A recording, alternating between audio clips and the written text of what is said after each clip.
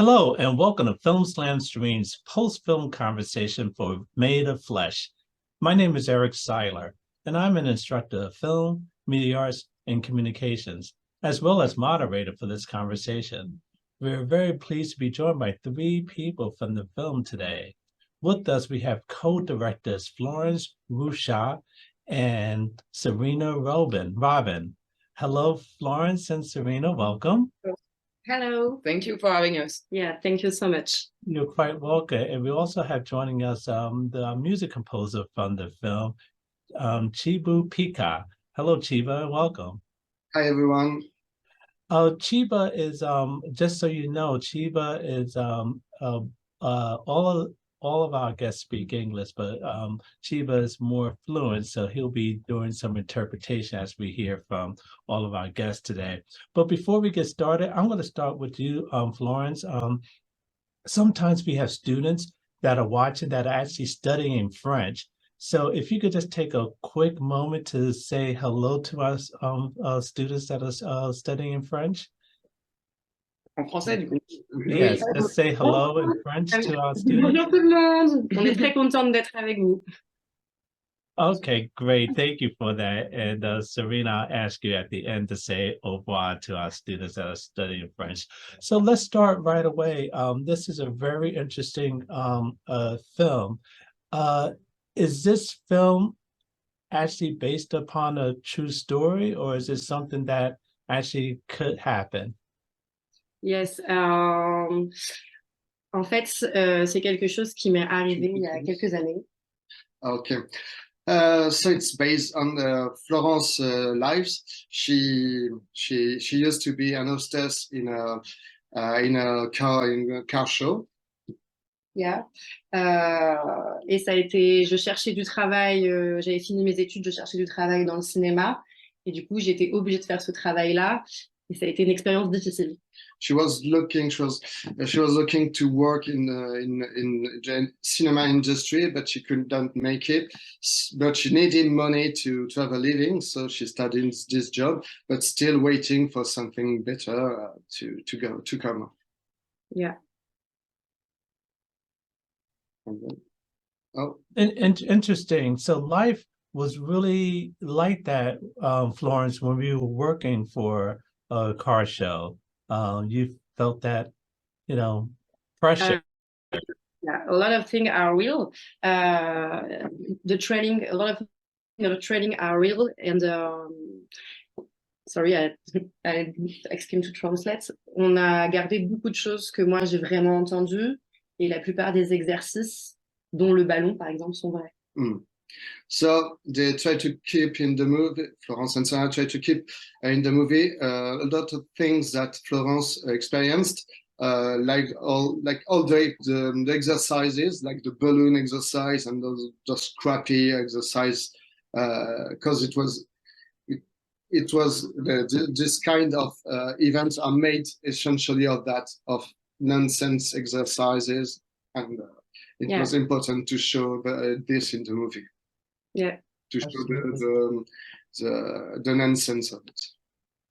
So in terms of making a movie, I know, Séréna, you're the filmmaker. Did you approach Florence about the idea, or did Florence approach you? How did this film come about, Séréna?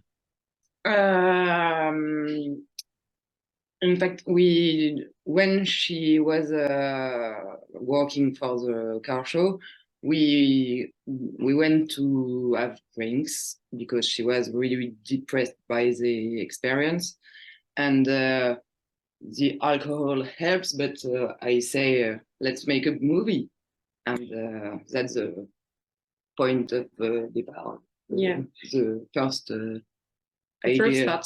Yeah. Et peut-être dire on a toujours voulu co-réaliser. Et cette idée nous paraissait la bonne. Before that, they always wanted to make a movie together because of the friendship and because they have the same view of making movies, and so that was the start to make it real. Interesting. So I understand you began working on this about 6 years ago, but you just made it last year. Tell us about what happened during those 6 years. What were you doing? I say it in French and Translate. en fait, ce qui a été le plus long, c'est de trouver les financements, parce qu'au final, le scénario n'a pas beaucoup changé, mais parce que le sujet, en gros, ça a pris beaucoup de portes dans la cause de... Ça veut dire qu'on l'a écrit avant MeToo. Avant MeToo, personne n'était intéressé. Et après, c'est compliqué. So when they started the writing of it, it was before Me Too. And this kind of theme, this kind of topic in a movie wouldn't be you wouldn't get financials to make it. It seems normal for everyone. Yeah, it's in France. It's quite normal to for a movie to take this long from the start of the writing to the filming itself. But after Me Too, things went different, and the subject was something more that producer would more inclined to go to. Yeah, but it already changed with the mentality in France, I think. Yeah. In France, it changes a lot of things in the way of thinking. Before and after Me Too. Before and after Me Too. Yeah. So that's great. You were ahead of your time in writing this. You kind of saw what was coming. So the film itself, the actresses, were they current or former car models, or were they actresses? How did you find them? Yeah, you can. Some they're all actresses, but some had the experience of working in car shows. Yeah. Half of them, I guess. Yeah, I think. Because when you try to be an actress, it's quite common to work as an hostess before. Yeah, to get some money for the living. To earn a living before getting to truly work as an actress. It was the same thing for some girls of the technique team. How do you say the chef opératrice? And the DOP. The DOPs did work as an hostess too. The GOPs, what's the GOPs? The cinematographer? Yeah, cinematographer. I don't know, do you say the person of the camera? The cam girl. No, yeah. Yeah,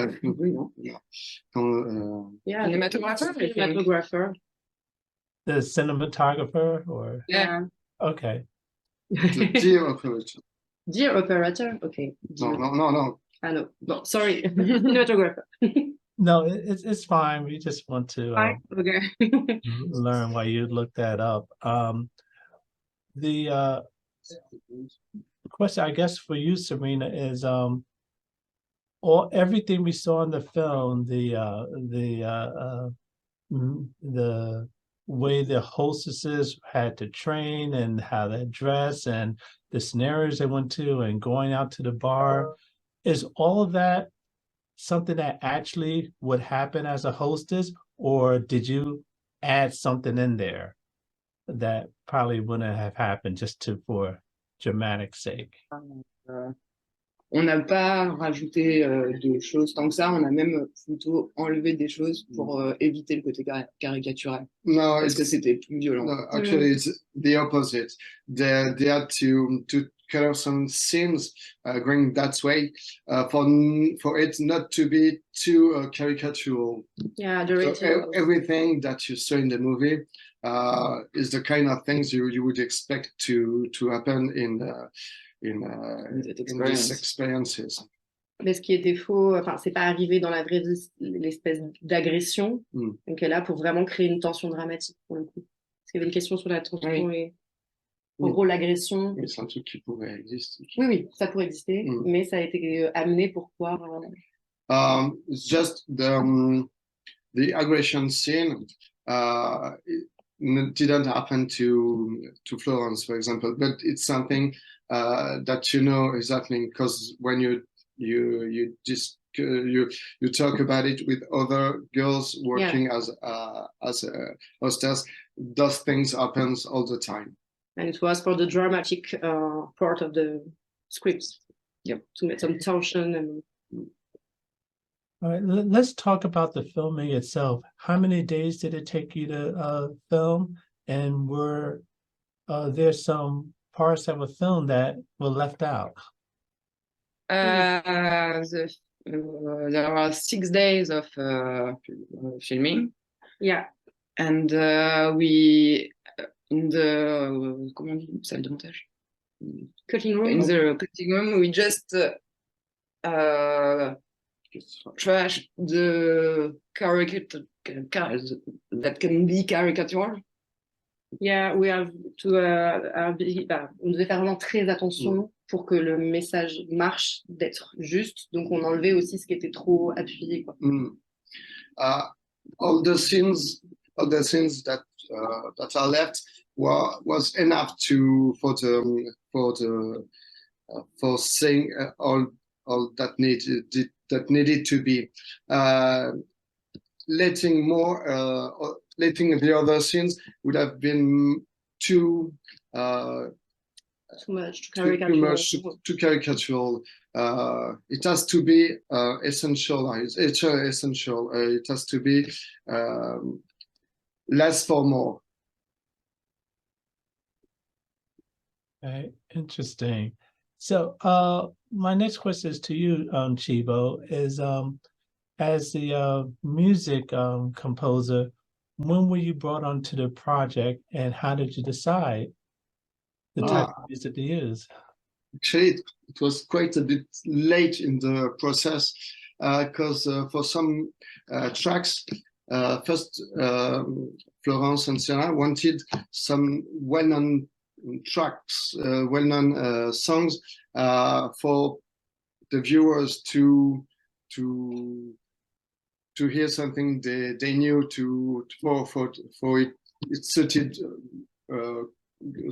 well in the scene, like the bar scene, but we couldn't afford to pay the artist and stuff. So it's been decided to I would do some tracks in a way of. Yeah. That's for the diegetic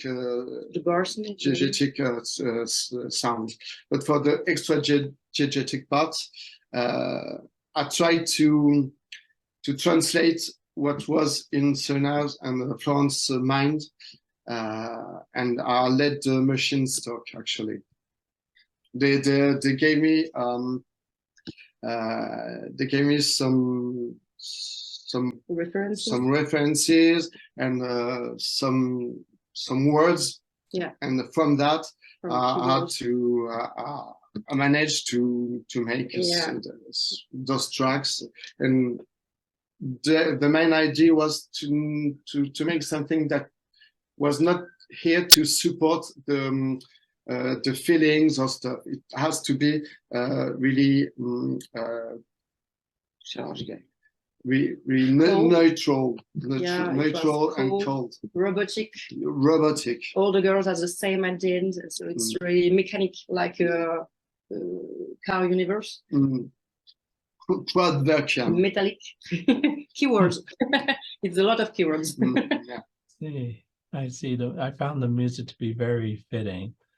The ending of the film, where Lucy revealed her tattoo, how did you want the viewers to interpret the way you ended the film?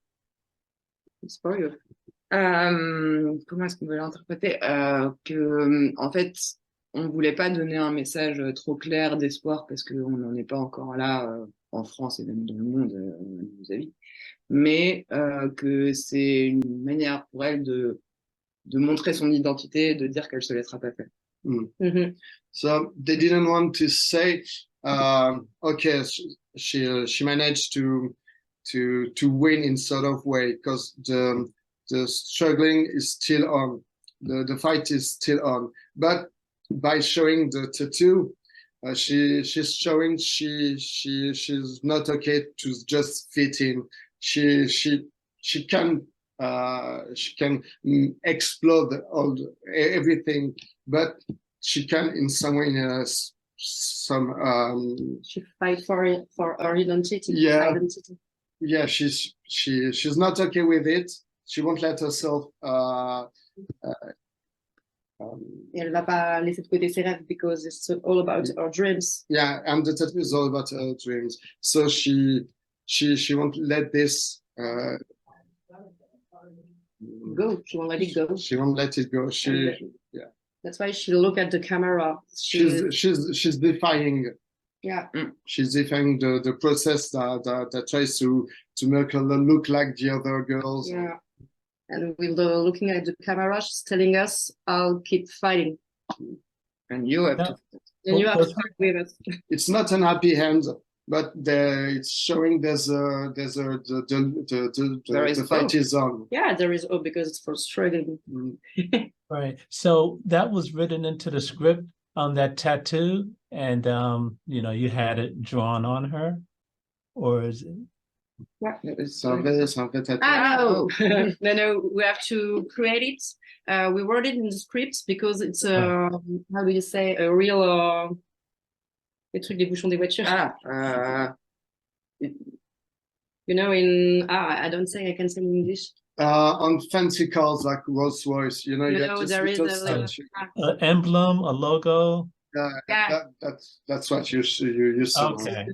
And a friend of us just created it, and after we have to make this false tattoo. But it was really important because it's a woman with a longer, how do you say, wings? So it's like liberty. It's a symbol of liberty and liberty for women. The other woman had a tattoo of a car radiator. We didn't see that. Is that? No, we don't know. Of the girls in the movie? Right. I don't know. We don't know. It's just because. Est-ce que les autres filles? Non, il y a pas d'autres peut-être. No, it's the only one because it's just because Lucy is really passionate about cars. It's all of life, and it's just because this tattoo is her and her story. Okay. All right. Great. Tell me, real quick, how was the film? What has the response been to the film at the screenings? What have people said to you about the film? Yeah. I think it depends. It really depends of people. A lot of girls and most of men. And most of men are really enjoying the message. So it's really important. We have to work on it. They understand what we want to say, but some people are not agree at all and are a little.